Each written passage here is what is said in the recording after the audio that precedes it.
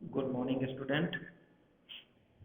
चलिए आज अपन आगे के टॉपिक उठाते हैं इनपुट डिवाइस में ही। जैसे मैंने कल आपको वीसीआर बताया बारकोड रीडर।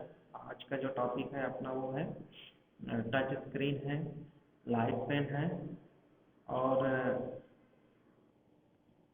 एक इनपुट डिवाइस अगर मैं बात करूं तो आपका MICR में बता चुका हूं, OCR भी बता चुका हूँ, OMR भी बता चुका हूँ। ठीक है, अब यही 2 या 3 इनपुट डिवाइस बचे हैं, इनके बारे में मुझे एक्सप्लेन करना है। तो इसके पहले मैं थोड़ा सा डिस्कशन करूँगा आप लोगों से। आप वीडियोस देखते ही होंगे, उम्मीद करता हूँ वीडियोस पसंद भी आते होंगे। तो आप लोगों को हमें ये नहीं पता चल पा रहा है कि आप लोग कितने लोग वीडियोस देखते हैं। उम्मीद करता हूँ कि आप लोग सभी लोग वीडियो को लाइक करें, जिससे हम ये पता कर सकें कि आप लोग कितने लोग वीडियोस को देख रहे हैं। ठीक है, और आपको कुछ चीज़ें समझ में आ भी रही हैं कि नहीं भी आ रही। कल मैंने थोड़ा सा देखा कि आप लोग ग्रुप में चैट करते हो। मैंने आपको बार बार बोल चुका हूँ कि ग्रुप में किसी भी प्रकार की चैटिंग नहीं करना है। ठीक है, जैसे आप लोगों को एक थोड़ा सा भ्रम है, और वो भ्रम ये है कि यूजीसी की गाइडलाइन आ गई है, उसमें 1 तारीख से 1 नवंबर से सेशन स्टार्ट हो गया है। तो मैं आपको बता दूं, यूजीसी की गाइडलाइन के अकॉर्डिंग 1 नवंबर से सेशन बिल्कुल स्टार्ट हुआ है, लेकिन ऑनलाइन क्लासेस का सेशन स्टार्ट हुआ है। तो आप लोग पहले जानकारी सही ढंग से रखिए और आपस में डिस्कशन करिए। इसको ग्रुप में डिस्कशन करने की ज़रूरत बिल्कुल भी नहीं है। हम बार बार आपको बोल रहे हैं कि आपको ग्रुप में किसी भी प्रकार का डिस्कशन नहीं करना, लेकिन आप इस चीज़ को नहीं समझ रहे हैं। ठीक है, अगर आपको किसी भी प्रकार के इस तरह के कोई भी क्वेश्चन आपके दिमाग में आते हैं तो आप डायरेक्ट कॉल कर सकते हैं। और ऐसा नहीं कि बच्चे पूछते नहीं हैं, बच्चे कुछ लोग काम भी करते हैं, और कुछ लोग काम करने के बाद अगर उनको कोई प्रॉब्लम आती है तो कॉल करके पूछते हैं या मैसेज दे के पूछते हैं। ठीक है, एक टाइम पे। ऐसा नहीं कि अब आप किसी भी समय कभी भी जब भी आपका मन पड़े तब आप कॉल कर दें। तो हो सकता है कभी कभी हम लोग भी बिजी होते हैं या क्लास में होते हैं, तो आप लोगों के फ़ोन नहीं रिसीव कर पाते हैं, क्योंकि हम ऑनलाइन क्लास पे अगर हैं तो फिर फ़ोन आपके कैसे रिसीव कर पाएंगे। उसके बाद हम उसका आंसर देते हैं। ठीक है, तो आप लोग थोड़ा सा डिसिप्लिन में रहें, डिसिप्लिन के साथ काम करने की सोचें, क्योंकि सबसे इम्पोर्टेंट चीज़ है डिसिप्लिन। ठीक है, और उम्मीद करते हैं कि आप लोग इन सब चीज़ों को विशेष ध्यान दोगे। जिसको जो भी प्रॉब्लम है वो अपना डिस्कशन, अगर आप स्टूडेंट टू स्टूडेंट करना चाहते हो तो एक दूसरे से डिस्कशन करिए। आप ग्रुप में किसी भी प्रकार की चैटिंग नहीं करेंगे।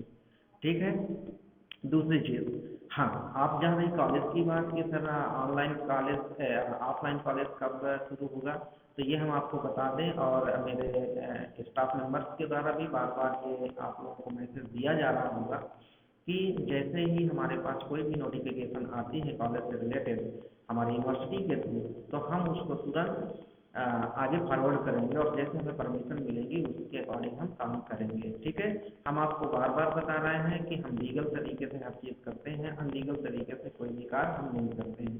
ठीक, यूजीसी जो बोला है वो आप उसको समझिए। यूजीसी ने ये कहा है कि 1 नवंबर से आपका सेशन स्टार्ट होगा और वो ऑनलाइन क्लासेस स्टार्ट होंगी। ठीक है, अब उन्होंने ये कहा है कि अब ये परमिशन हम यूनिवर्सिटीज़ को दे रहे हैं। अब यूनिवर्सिटीज़ अगर चाहें तो ये परमिशन को आगे बढ़ा सकती हैं और अपने कॉलेजेस को फॉलो करवा सकती हैं। तो एक सिस्टम होता है, उस सिस्टम के तहत कार्य होता है। या ऐसे में समझा सकता हूँ आपको कि अभी आपने देखा होगा कि लॉकडाउन लगा था, तो लॉकडाउन वैसे तो केंद्र में केंद्र सरकार होती है, फिर उसके बाद राज्य सरकारें होती हैं।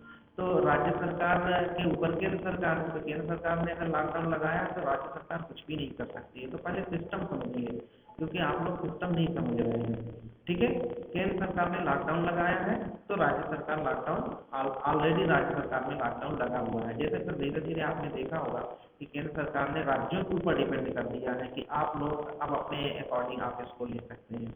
तो फिर राज्य अपने अकॉर्डिंग उस लॉकडाउन को खोला है। इसी तरह से यूजीसी ने यूनिवर्सिटीज़ को दे दिया है कि मेरी तरफ से अब ये चीज़ें हैं और मेरे गाइडलाइन के अकॉर्डिंग आपको ये काम करना पड़ेगा। अगर आप इस काम को कर सकते हैं तो आप अपने कॉलेजेस, आप अपने यूनिवर्सिटी कैंपस ओपन कर सकते हैं। ठीक है, तो थोड़ा सा पढ़िए, क्योंकि अभी आपको जानकारी कम है। और बस सिर्फ एक ही चीज़ आपने देखा कि वो यूजीसी ने कह दिया है तो आप उसी में चेकिंग करना शुरू कर दीजिए।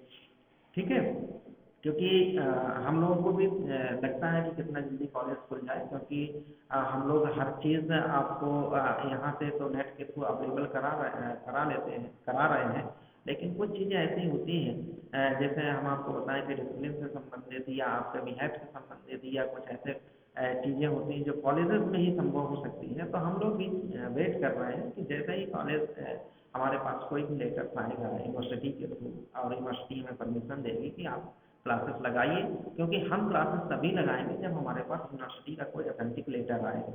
यह हम आपको बता दें, ऑफलाइन क्लासेस तभी शुरू होंगी और हम तब तक बंधे हुए हैं जब तक यूनिवर्सिटी से हमारे पास कोई भी चीज़ नहीं आ रही है।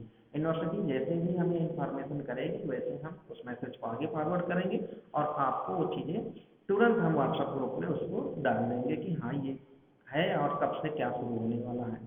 तो ये यूनिवर्सिटी के रूल्स होंगे, किस तरह से वो काम करवा रही है, ठीक है। तो आप कंफ्यूज नहीं हो ना होइए।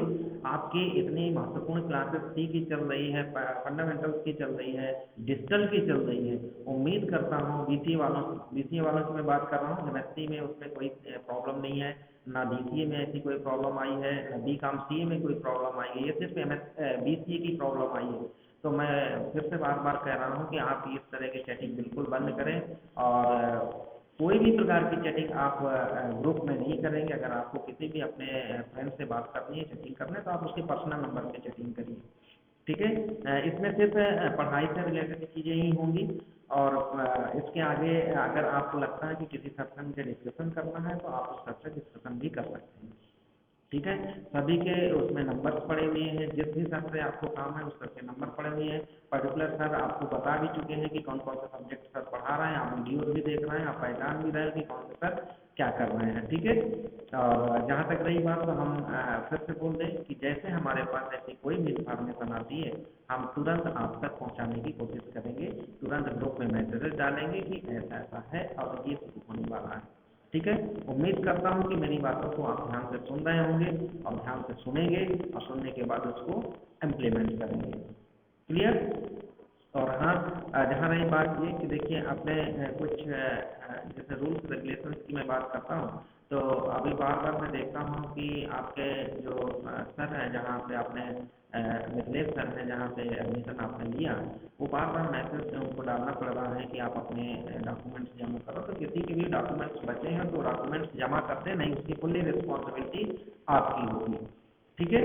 दूसरी चीज़, जैसे आपको सर ने ये भी दिया है कि आपको यूनिफॉर्म बनवानी है, तो यूनिफॉर्म के लिए आपको सैंपल भी दिया गया है कि इस कलर का ये चीज़ होगी, तो उस पूरे आपका फिट रखो। जैसे अपने पास ऐसा कुछ आता है तो आपको उसी तरह से यूनिफॉर्म में कॉलेज आना है और कॉलेज के रूल्स रेगुलेशंस को फॉलो करना है, ठीक है।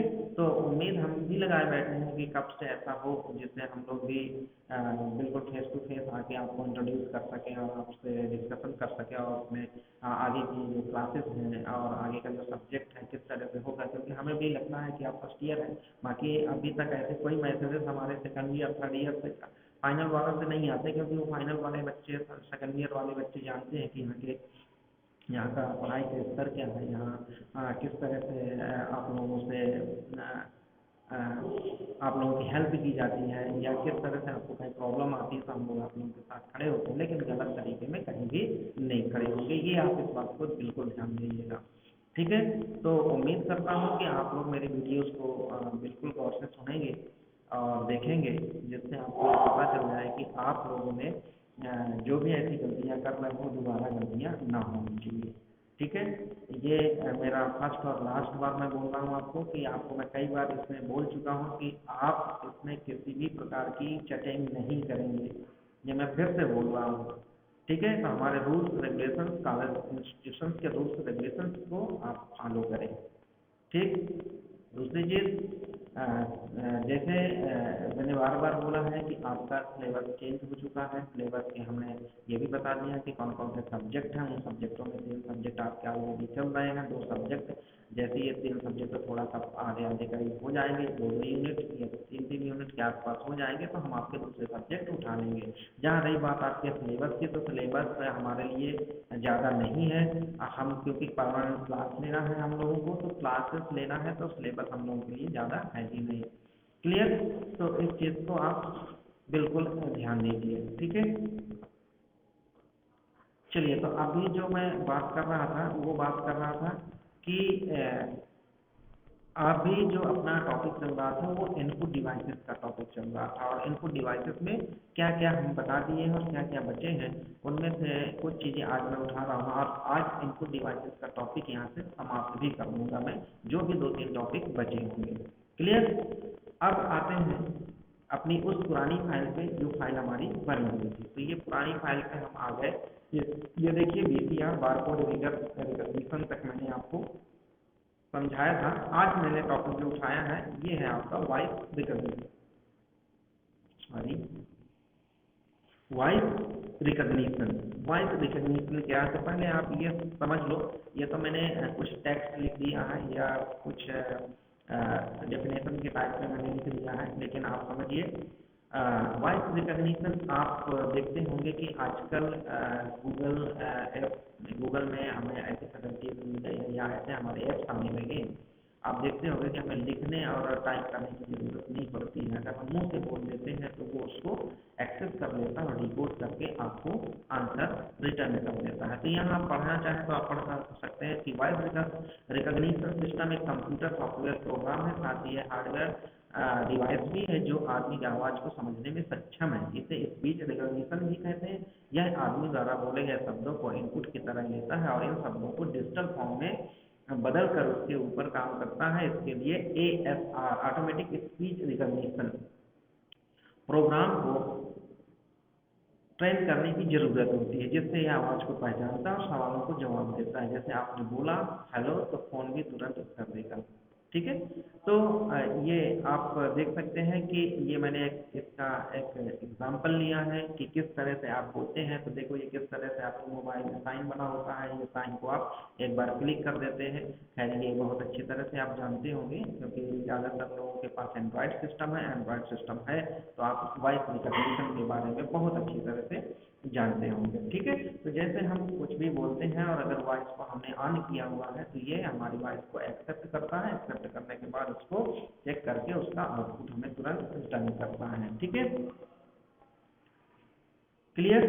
तो वॉइस रिकॉग्निशन इस तरह से काम करता है। तो उम्मीद करता हूँ कि आप लोग इस वीडियो को देखें और वीडियो को देखने के बाद आप इसको लाइक जरूर करें। बार बार हम बोलते हैं, जिससे आप शायद समझ नहीं पा रहे हैं, हम यहाँ पे आपकी परफॉर्मेंस चेक कर रहे हैं और उसी बेस पे हम आपको इंटरनल नंबर भी देंगे। ठीक। अगर आप समझते हो कि हम ऐसा हमें नहीं पता चलता, तो हमें हर चीज़ पता चल रही है कि कितने लोगों ने वीडियो देखा, कितने लोगों ने नहीं देखा, कितने ने वीडियोस वीडियोस का रिप्लाई किया है, किन्होंने नहीं किया है, क्योंकि ये पूरा का पूरा रिकॉर्ड है। ठीक है। तो बार बार हम आपसे बोल रहे हैं कि आप वीडियोस देखें और वीडियो को लाइक करें और उसका रिप्लाई करें। ठीक है। कहीं भी अगर आपको कोई प्रॉब्लम आ रही है तो आप तुरंत संपर्क भी करेंगे, सर यहाँ पे हमें थोड़ी सी प्रॉब्लम आ रही है। ठीक है। और ऐसा नहीं है, एक आध बच्चों ने अभी हमसे संपर्क भी किया है कि सर यहाँ अगर मैं नया सिस्टम ले रहा हूँ सर, इसमें ऐसी प्रॉब्लम आ रही है तो क्या करूँ। तो उसका सलूशन भी हमने ऑनलाइन ही बताया है बच्चे को और उसका सलूशन सॉल्व भी हुआ है, ऐसा नहीं है। तो जब तक आप हमसे जुड़ोगे नहीं और पढ़ाई से संबंधित चीज़ें ही अपन जो ले यहाँ पे, तो बहुत अच्छी रहेगी। आपको भी नॉलेज आएगा और आप यहाँ आए हैं नॉलेज लेने के लिए, आप भी यहाँ बैठे हैं नॉलेज देने के लिए। तो अपन अगर दोनों तरफ से अगर ये चीज़ें आएंगी तो हमें लगता है कि हम बहुत अच्छी तरह से इसको एक्सेस कर पाएंगे और आप भी चीज़ों को एक्सेस कर पाओगे। तो आपको अगर कोई प्रॉब्लम आए तो आप बिल्कुल बेहिचक आप डिस्कशन कर सकते हैं। ठीक है। तो वॉइस रिकॉग्निशन के जो मैंने आपको बताया, तो आप वॉइस रिकॉग्निशन एक इनपुट डिवाइस है। ठीक है। और ये इनपुट डिवाइस यानी कहा जाए कि एक प्रकार का हार्डवेयर सॉफ्टवेयर का कॉम्बिनेशन होता है। इसको अगर हम क्लिक करें तो ये ऑन हो जाता है और जैसे हम कोई बोलते हैं तो ये इसको रिकॉर्ड कर लेता है। ठीक है। क्लियर।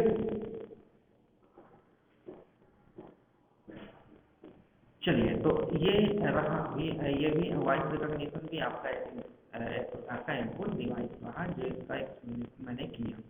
अब दूसरा लेते हैं लाइट पेन। ये है लाइट पेन।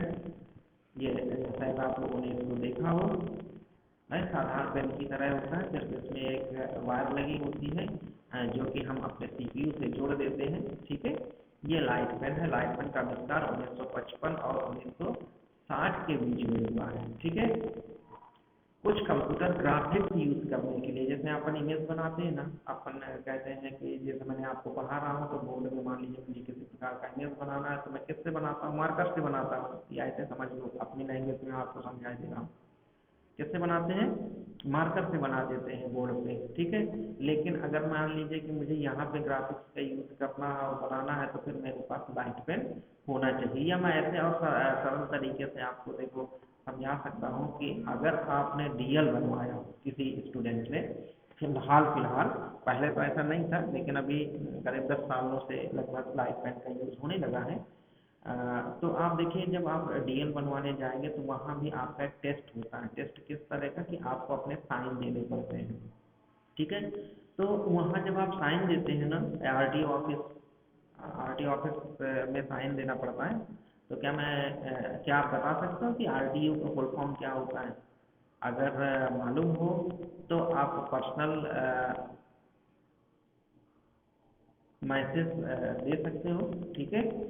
नहीं, चलो मैं ही बता देता हूँ। आरटीओ का कि रीजनल ट्रांसपोर्ट ऑफिसर, यानी कहा जाए जो हमारे गाड़ियों को चेक करता है, या कहें कि डीएल को चेक करता है, या डीएल जहाँ से बनते हैं, यानी कहा जाए कि गाड़ियों से संबंधित ऐसे जो भी कार्य होते हैं वो आरटीओ ऑफिस से ही होते हैं। तो या मैं आपसे ऐसा कह सकता हूँ कि अगर आपने डीएल बनवाया तो आप देखे होंगे वहाँ पेन, लाइट पेन का ही यूज हुआ होगा। क्यों? क्योंकि आपको साइन की ज़रूरत होती है। तो साइन क्या करते हैं कि वो आपका लाइट पेन आपके उनके सीपीयू पे लगा होता है और वो पेन एक पैड के ऊपर साइन करना होता है आपको। तो जो आप साइन करोगे वो इनपुट हो जाता है उसके कंप्यूटर पे। ठीक है।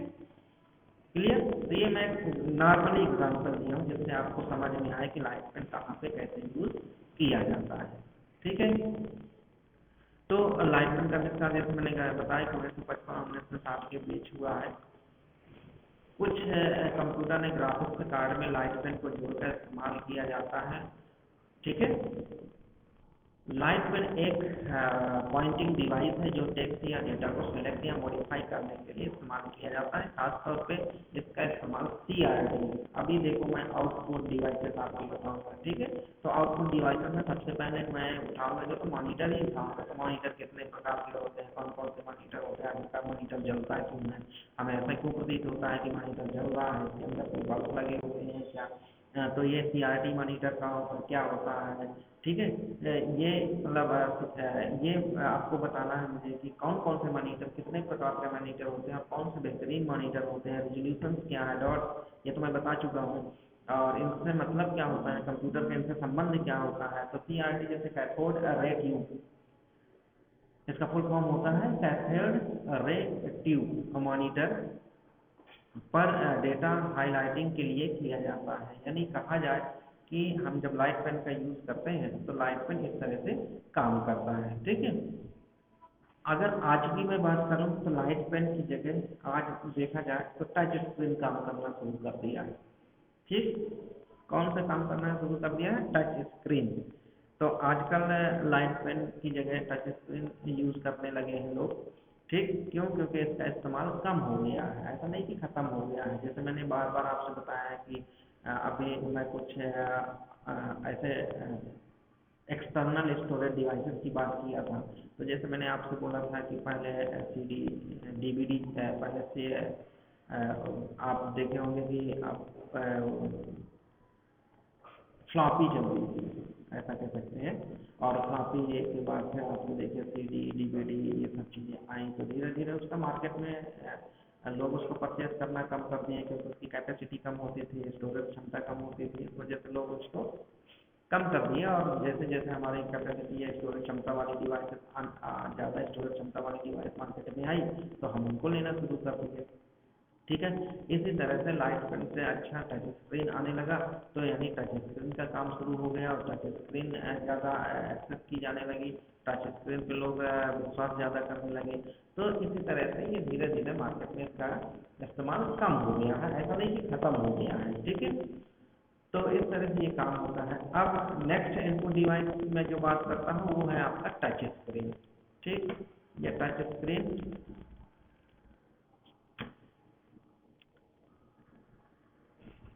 टच स्क्रीन के बारे में बहुत जगह सुना होगा, लेकिन आप ये सोच रहे होंगे कि आखिर ये टच स्क्रीन क्या है। तो हम आपको बता दें कि ये टच स्क्रीन एक इलेक्ट्रॉनिक विजुअल डिस्प्ले होने के साथ एक इनपुट डिवाइस भी होता है। आपके स्मार्टफोन डिवाइस में ऊपर साइड लगी रहती है, इसके सहारे आप अपनी मोबाइल या डिवाइस में किसी भी चीज़ को टच करके कंट्रोल कर सकते हैं। इसका इमेज मैं आपको ये दिखाऊँ, ठीक है। आप देखते हैं आज का जो मोबाइल आपका है ये टच स्क्रीन मोबाइल ही है, टच स्क्रीन मोबाइल ही लेते हैं आप लोग। और जो एंड्रॉइड आते हैं वो टच स्क्रीन ही आते हैं, और दूसरा जो आप देखते हैं हम बटन वाला आता है उसको कीपैड बोलते हैं, ठीक है। तो पहले तो हमें मालूम होना चाहिए कि कौन से मोबाइल को क्या बोलते हैं, ठीक है। तो यहाँ देखिए कि टच स्क्रीन किस तरह से काम करता है, ये आपको समझने की जरूरत है कि टच स्क्रीन आखिरकार करता कैसे काम है। तो पहले देख लो, ये देखिए ये एक सेंसर लगे हुए होते हैं, और देखिए मैंने एक इमेज यहाँ पे रखी है। टच स्क्रीन सेंसर देखो है, यानी जहाँ पे आप उंगली रखते हो, ठीक है। फिर देखिए electrostatic field called by touch, जैसे आप इसको टच करते हैं तो वहाँ थोड़ा सा प्रेस होता है, ठीक है। किसी भी चीज़ पे जैसे जितने हल्के से आप फिंगर रखने की कोशिश करिए, लेकिन थोड़ा सा वजन तो होगा, जो आप शायद नहीं नाप सकते हैं, लेकिन आपका सिस्टम उसको नाप सकता है, माप सकता है, ठीक है। फिर continuous responding of the capability signal, capacity capacity capacity signals हैं, और ठीक है। Controller resolves changes to actual touch points हैं। तो ये देखिए ये किस तरह से काम करता है, पहले ये देख लीजिए आप। देखिए ये यहाँ पे क्लिक किया, क्लिक करने के बाद देखिए ये थोड़ा सा आपको अगर थोड़ा सा ऐसा लग रहा होगा कि थोड़ा सा अ, किसी जगह पे अगर हम धक्का मारते हैं या प्रेस करते हैं तो वो थोड़ा सा उठ जाता है ऊपर की ओर। तो ये देखिए जैसे आपने प्रेस किया है तो वो दिखा रहा है कि किस तरह से पीछे साइड को प्रेस होता है, ठीक है। किसके माध्यम से होता है, ये देखिए ये एक कहा जाए कि कंट्रोलर रिजॉल्व लगा होता है कैपेसिटी एक्टिव चेंजेस के टू एक्चुअल टच पॉइंट पे। जब आप उसको टच करते हैं तो ये प्रेस करता है, प्रेस करने पे वहाँ पे ये प्रोसेस होती है, ठीक है। इस तरह से ये काम करता है। तो ये आपको देखना है कि आखिरकार टच स्क्रीन काम कैसे करता है। तो जैसे मैंने शुरू की क्लासेस में आपको बताया था कि पहले कंप्यूटर हमारे बड़े बड़े हुआ करते थे, जो भी इनमें डिवाइसेस लगी हुई होती थी वो बहुत बड़ी लगी हुई होती थी, ठीक है। लेकिन आज आप देखते होंगे कि आज बहुत छोटी डिवाइसेस आने लगी, और वो डिवाइसेस देखो एक चिप के रूप में काम कर रही हैं, ठीक है। ये चिप के रूप में काम कर रही है। तो मेरा सिर्फ यहाँ सिर्फ बताने का पर्पज, टच स्क्रीन बताने का पर्पज ये था कि किस तरह से टच स्क्रीन काम करती है, ठीक है। किस तरह से टच स्क्रीन काम करती है।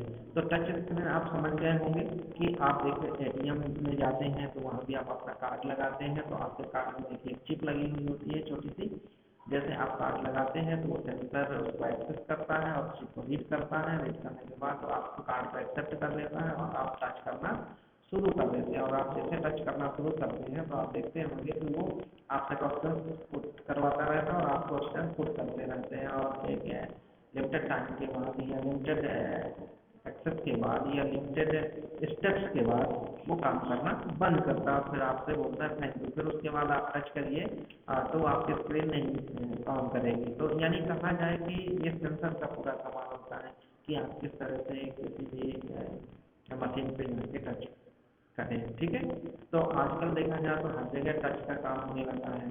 यहाँ तक है कि आपका अब देखिए ना कि बहुत सारी टेक्नोलॉजी आ गई है। जैसे अभी कोविड-19 की अगर हम बात करें तो पहले टच पे काम करते थे। अब तो ये है कि अगर आप सामने बैठ गए तो आपका वॉइस या आपके फेस को ले लिया गया और उसी के अकॉर्डिंग काम करना शुरू कर देते हैं सिस्टम, ठीक है। तो ये टेक्नोलॉजी का कमाल है कि टेक्नोलॉजी किस तरह से काम करती है। क्लियर। चलिए, तो मेरा जो बताने का पर्पज था कि ये 14-15 मैंने इनपुट डिवाइसेस उठाया था, और ये 14-15 इनपुट डिवाइसेस को मैंने एक एक करके आपको एक्सप्लेन किया। और ये आपका क्वेश्चन आना ही आना है, जब आपका एग्जाम होगा तो ये क्वेश्चन आना ही आना है। आउटपुट या इनपुट दो में से एक पूछे ही जाना है, या 4, 6 या 8, 10। इनपुट डिवाइसेस के नाम लिखिए या इनपुट डिवाइसेस लिख के दे दिए जाए कि इनको एक्सप्लेन करिए। तो मैं सभी को एक्सप्लेन किया हूँ और सभी के इमेजेस आपके सामने रखा हूँ, तो आप इसको अच्छे से पढ़िए और इसके बारे में अच्छी तैयारी करिए। ठीक है, फिर से उम्मीद करता हूँ कि आप वीडियोस को लाइक जरूर करें, जिससे हम पता करते रहें कि कितने बच्चे इसको एक्सेस कर रहे हैं। क्यों? क्योंकि सब्सक्राइबर हमारे ज़्यादा जुड़े हैं, लेकिन आप लोगों के नाम से यहाँ फीड है, तो आप लोग का ग्रुप बना हुआ है, तो आप अगर लाइक करेंगे तो हमें इन्फॉर्मेशन मिलती है कि कौन कौन से बच्चे ने ऐसा किया है। ठीक है, तो आप वीडियोस को लाइक करें। लाइक करने के बाद आप सभी लोग, जहाँ तक मैं मानता हूँ कि आप सब्सक्राइब किए होंगे चैनल को। ठीक है, नहीं तो हम लोग लिंक तो वैसे ही भेज देते हैं आप लोगों को। ठीक है, तो ये सभी की क्लासेस में है, चाहे वो MSc का स्टूडेंट हो, चाहे BCA का, चाहे BCom का, BCom CA का या DCA का। तो अभी जो ये वीडियोज़ मेरी जा रही है सभी क्लासेस में जा रही है। अभी कुछ टॉपिक जैसे मैं बोल रहा हूँ कि अभी मुझे आपको नंबर सिस्टम पढ़ाने हैं। तो देखो, दीपावली के बाद अगर कॉलेज अभी नहीं खुलता है, ऑफलाइन ही रहता है, तो नंबर सिस्टम भी मैं आपको बताऊंगा और बोर्ड में बताऊंगा कि किस तरह से नंबर सिस्टम काम करते हैं। ठीक है, तो जहाँ तक मैं समझता हूँ कि MSc और BCA वाले नंबर सिस्टम डिजिटल में पढ़ चुके होंगे, ये DCA और BCom CA वाले नहीं पढ़े होंगे, तो इनके लिए भी रहेगा और सभी के लिए मैं उसमें सेंड कर दिया करूँगा। तो आप नंबर सिस्टम भी देख लें, जिससे आपको ये समझ में आ जाए कि हमारे कंप्यूटर किस तरह से काम करते हैं, क्योंकि पूरा खेल नंबर सिस्टम का ही है। ठीक है, चलिए, तो उम्मीद करता हूँ कि आज की वीडियो आपको पसंद आई होगी। अब मैं इस वीडियो को यही समाप्त कर रहा हूँ। ठीक, और समाप्त करने के बाद फिर मैं आपसे बोल रहा हूँ कि आप किसी भी प्रकार की कोई भी चैट एक दूसरे से आप ग्रुप में नहीं करेंगे, अलग से ही करेंगे। चलिए, थैंक यू।